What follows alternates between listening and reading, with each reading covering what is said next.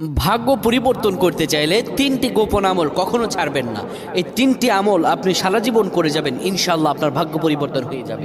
যারা নিজেদের ভাগ্য কোনোভাবে পরিবর্তন করতে পারছেন না, একের পর এক বিপদ, বিপদের উপরে বিপদ, কোনো কিছু পূরণ হচ্ছে না, মনের আশা দোয়া কোনো কিছু কবুল হচ্ছে না, চাইলেও বিয়ে করতে পারতেছেন না, আপনারা এই আমলটি করবেন, ইনশাআল্লাহ আল্লাহ তাআলা সব দোয়া কবুল করে দিবেন।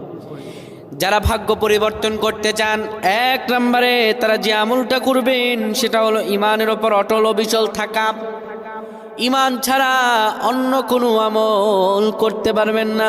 ইমান যার নাই তার কোনো আমল আল্লাহর দরবার কবুল হবে না। এক নম্বরে ইমানের উপর অটল অবিচল থাকা।